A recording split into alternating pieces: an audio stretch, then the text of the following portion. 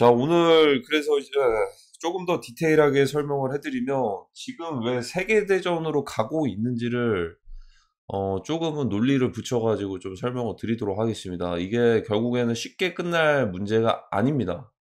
이게 일본과 미국과도 연결되어 있는 것들이 있고요. 보이지 않는 또 이제 변수 트리거들이 있기 때문에 그게 해소가 되기 위해서는 아시아에서 전쟁이 날 가능성이 굉장히 높다라는 겁니다. 이거 좀 자세하게 설명을 해드리겠습니다. 일단은 젤렌스키 대통령 계속해서 전쟁을 나아가고 있습니다. 그러면서 이제 스타링크를 완전히 차단을 해버리면 우크라이나 완전히 붕괴될 것이다 라고 얘기를 했지만 젤렌스키는 물러설 길이 없다. 젤렌스키를 막을 거면 우크라이나 사람들이 젤렌스키를 끌어내리지 않는 이상은 힘들 겁니다. 그러면 이게 최근에 미국에서 난민들 추방하는 것들도 얘기들 나오고 있죠. 우크라이나 전쟁 때 이제 미국으로 이제 도망쳤던 난민들 그냥 싹 다 이제 우크라이나에 몰아버리고 스타링크 끊어지는 순간 초토화 될 겁니다. 아마 그 큰 대가를 따르는 거죠.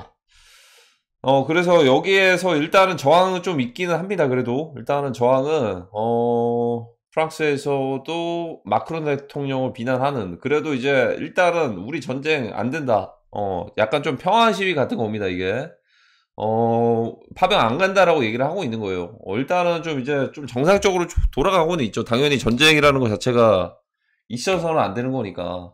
근데 이제 일단은 돈의 흐름으로만 봤을 때는 이 트리거를 먼저 끊어버릴 수가 있는 게 바로 아시아입니다. 진짜 유럽에서는 다른 지역에서 더 큰 분쟁이 발생했을 때 이쪽 지역에서도 이제 전쟁으로 갈 수밖에 없습니다. 3차 세계대전으로.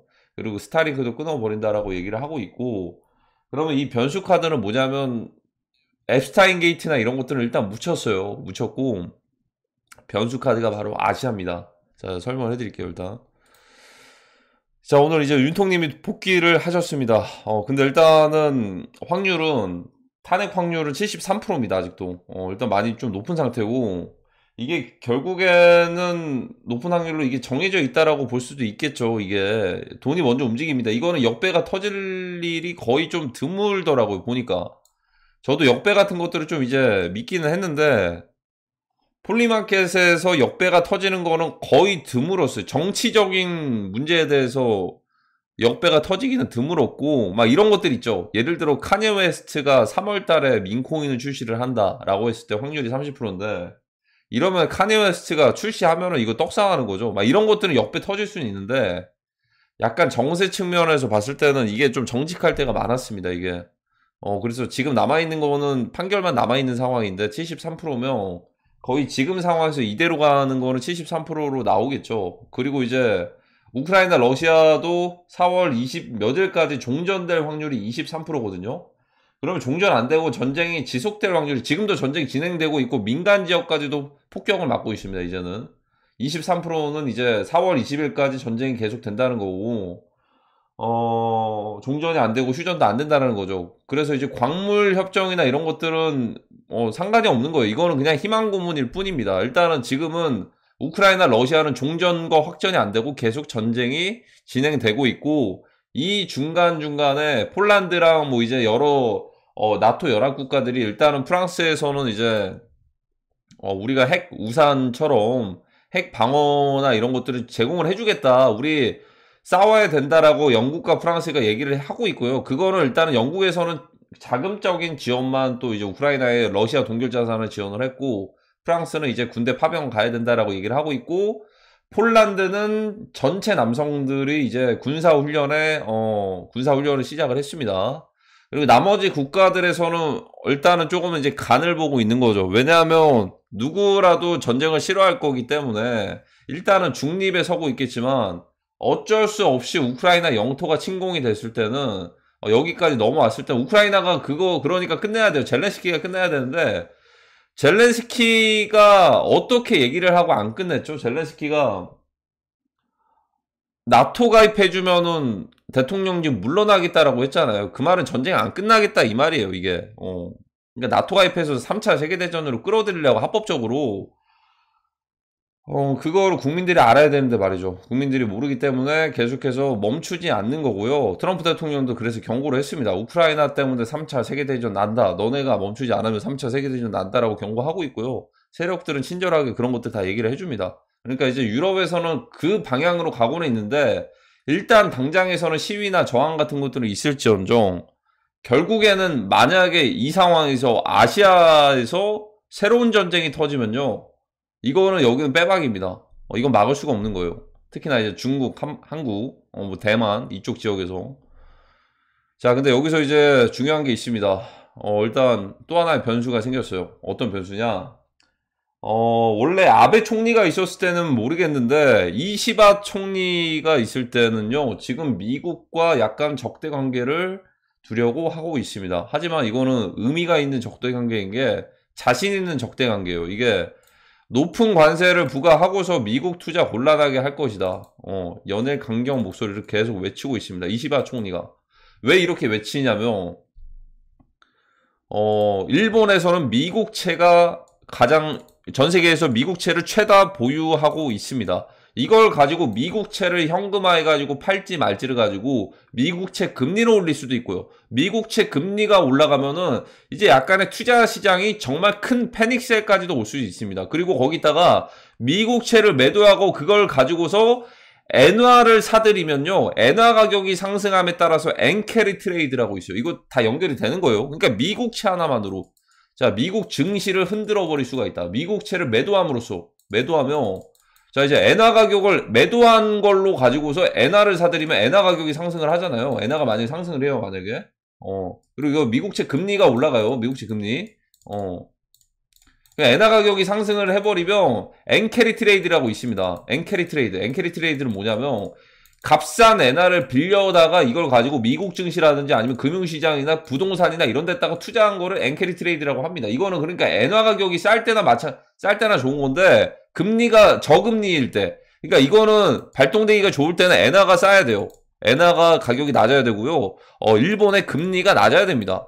그러면은 금리도 낮고 엔화 가치도 싸니까 그 돈을 막대하게 빌려가지고 그걸 가지고 증시나 이런 데다 레버리지 투자를 하더라도 부담이 적은 거죠. 근데 만약에 미국채를 매도하고서 이걸 가지고서 일본의 엔화를 사버리면요. 그러면 엔캐리 트레이드를 청산해야 돼요. 그러니까 이거 빌려가지고 엔화를 가지고서 미국 증시나 이런 곳들에다가 투자를 한 것들을요. 이거를 정산을 해야 된단 말이죠. 이걸 매도를 해야 돼, 현금화. 그러니까 미국 증시도 자연스럽게 스노우볼처럼 무너질 가능성이 큰 거죠. 엔화 가격 하나만 올라가 버리면. 자, 이거 하나만으로도 이제 이 목줄을 채울 수가 있는 거예요. 이 강대국들을 상대로다가. 누가요? 일본이. 근데 이 이시바 총리 같은 경우에는 오히려 블랙캣 세력들에 조금 더 가깝습니다. 아베 총리가 블랙캣 세력들과는 적대적인 관계를 형성을 했었고 그렇기 때문에 이게 굉장히 좀 이제 위태로울 수가 있는 게 지금 미국의 증시는 최고점에 트럼프 대통령이 바톤 터치를 했기 때문에 저는 솔직히 해리스가 되기를 바랬습니다. 왜냐면 저는 개인적으로 트럼프 대통령의 팬이기 때문에 이제 해리스가 돼가지고 차라리 이 금융시장 꼭대기에서 무너뜨리고 나서 트럼프 대통령에게 바톤 터치하는 그림을 원했는데 일단은 공교롭게도 높은 고점에서 트럼프 대통령이 바톤 터치를 했기 때문에 이거는 누가 대통령이 되더라도 돈을 더 풀지 않는 이상은 막기 힘들 건데 그 트리거를 지금 일본이 가지고 있어요. 이거 반일 운동 그런 게 아니고 이거는 그러니까 이게 세계대전으로 갈 수밖에 없는 그림이에요. 자, 여기서 그러면 보시면 트럼프 대통령은 선택지가 두 가지가 있습니다, 지금.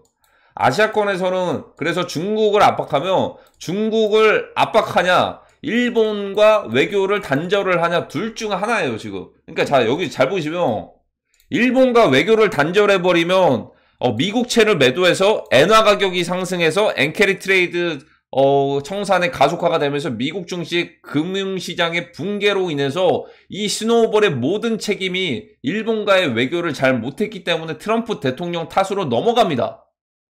첫 번째. 자, 근데 두 번째는 중국에다가 포커스를 쪼여버리면 중국은 지금 전쟁을 준비하고 있거든요. 여기다가 관세부터 해가지고 뭐 이제 코로나 배상금에 대한 압류부터 여기다가 쪼여서 전쟁 트리거를 만들어버리면 미국 증시 하락의 원인은 어디가 되냐면 중국이 됩니다. 하지만 중국에서는 또 중국 먼저 하지 않겠죠. 바로 북한을 건드릴 가능성이 크겠죠.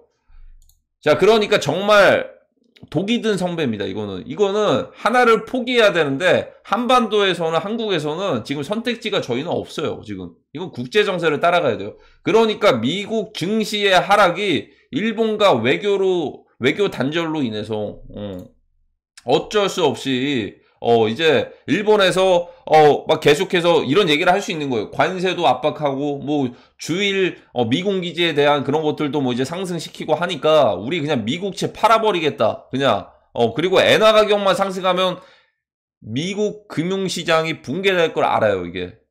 그래서 이 플랜으로 갈 건지 아니면 그냥 이제 중국에다가 포커스를 맞춰가지고 전쟁 쪽으로 갈 건지 둘 중 하나입니다. 자, 근데 지금은 전쟁 쪽으로 갈 수밖에 없는 거예요. 자, 그럼 여기서 또 생각해 보셔야 되는 게 전쟁 쪽으로 갔을 때 가장 큰 이득이 또 누구냐? 여기에요. 여기 오히려 일본입니다. 자, 여기서 만약에 중국 쪽에서 그러니까 이게 의도대로 일단은 각오는 있어요. 이게 저희는 그러니까 이 흐름을 따라갈 수밖에 없는 겁니다. 자, 여기 잘 보시면 만약에 한반도에서 전쟁이 발생하고 대만에서 전쟁이 발생했을 때 아시아권에서 전쟁이 발생했을 때 가장 큰 이득을 볼 거는 바로 일본입니다.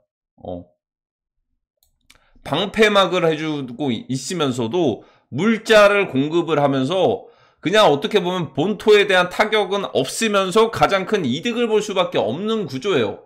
그러니까 만약에 여기서 한반도에서가 됐던 대만이 됐던 아시아권에 전쟁이 발생을 한다면 여기서는 이제 물자 공급 역할만 하면 되는 겁니다. 그리고 만약에 여기서도 전쟁이 나서 중국과 적대 관계로 일단 바로 선언을 해가지고 이렇게 싸워버리면은 우리는 이제 물자 공급에 대해서는 일단은 이렇게밖에 받을 수가 없는 거예요. 이쪽에서밖에. 그렇겠죠. 물자 공급을.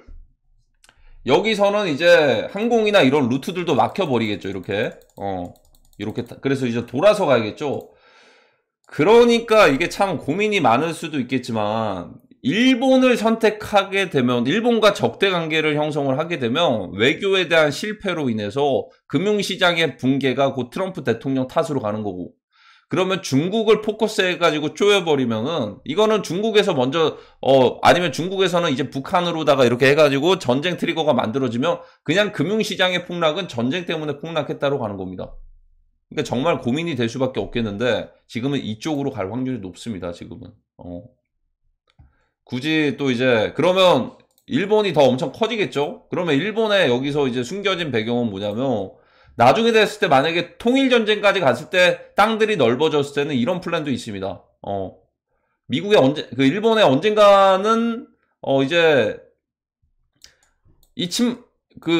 해수면이 높아지거나 막 이렇게 해가지고 좀 앉을 거다 이런 얘기들이 있으면 이거를 슈퍼 이주로 하는 거예요. 이주 넓어지면 이런 플랜도 있을 수도 있다. 그렇기 때문에 지금의 선택지는 세계 대전 전쟁으로 가고 있어요. 전쟁으로 지금 이쪽으로 여기와 적대 관계를 형성할 바에 중국을 쪼여가지고 전쟁하는 게 낫다. 이렇게 가는 겁니다. 전쟁, 외교, 이렇게.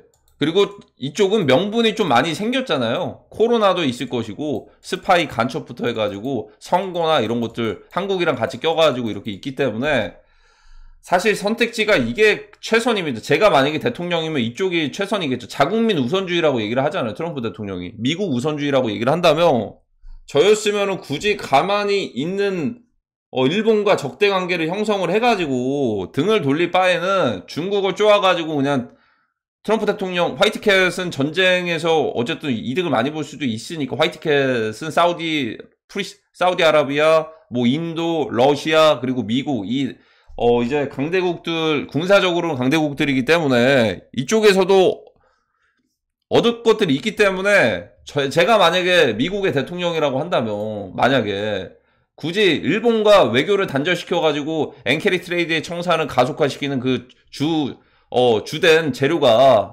외교에 대한 그 실패로 인해서 가는 것보다는 차라리 그냥 이쪽을 건드려가지고 그냥 전쟁으로 가서 어차피 여긴 전쟁을 준비 중이니까 지금 그 플랜대로 가고 있는 겁니다. 지금 자, 그러면 여기서도 한국 사람들에 대한 그런 것들을 인식들을 잡아야 되는데, 하필이면 또 지금 반미 운동들을 하고 있어요. 이게. 반미 운동들을. 자, 트럼프 대통령 기사들 하나씩 다 보시면 돼요. 레거시 미디어의 댓글 부대여서 반응이 그런 게 아니고, 일반적인 반응이 정말 실제로 그래요. 실제로. 자, 트럼프 대통령의 관세 전쟁으로 세계 경제가 요동치는 상황에서 댓글 보시면은, 관세 협박하면 뜻대로 다 되는 줄 착각하는 트럼프. 세상 혼자 사는 거 아니자. 국민들이 뽑았으니 국민이 감당해야지. 아직 관세가 안 올렸는데도 이러는데 관세 올라가면 볼만하겠다. 4년 동안 참았던 권력욕. 트럼프는 광대 같음. 이러면서. 자, 이게 보이시죠? 이게 여론이고 이게 팩트입니다. 근데 굳이 여기 이 상황에서 아니 대다수가 다 그렇다니까요. 레거시 미디어부터 해가지고 뭐 네이버 댓글부터 그거는 댓글 부대가 아니고 진짜일 가능성이 높아요. 동요대에서 그런 것도 있겠지만 진짜 민심이 그렇다니까요. 이게 그러니까 완전히 민심이 좋고 안 좋고를 떠나서 이 본질을 모르기 때문에 우리는 전쟁으로밖에 갈 수가 없는 거예요. 그리고 이 상황에서 여길 건드려가지고 그냥 전쟁을 하는 게 낫겠습니까? 일본과 외교 단절해가지고 그렇게 하는 게 낫겠습니까? 이쪽으로 가는 거예요. 그러니까 저희는 국제 정세를 따라가야 되고요. 당연히 이 관계에서 미국과 중국의 전쟁이겠지만 우리는 일단은 주적은 북한이에요. 계속해서 북한이 남침에 대한 그런 키워드들이 알고리즘에 이제 막 뜨고 있죠. 남침 관련된 막 이제 지역들부터 해가지고 뭐 땅굴도부터 해가지고 이제 그 갱도 훈련부터 이거 전에 한두 달 전에 말씀드렸던 상황이죠. 만약에 최악이 됐을 땐 그렇게 될 수도 있다. 지금 그렇게 될 가능성이 굉장히 높습니다.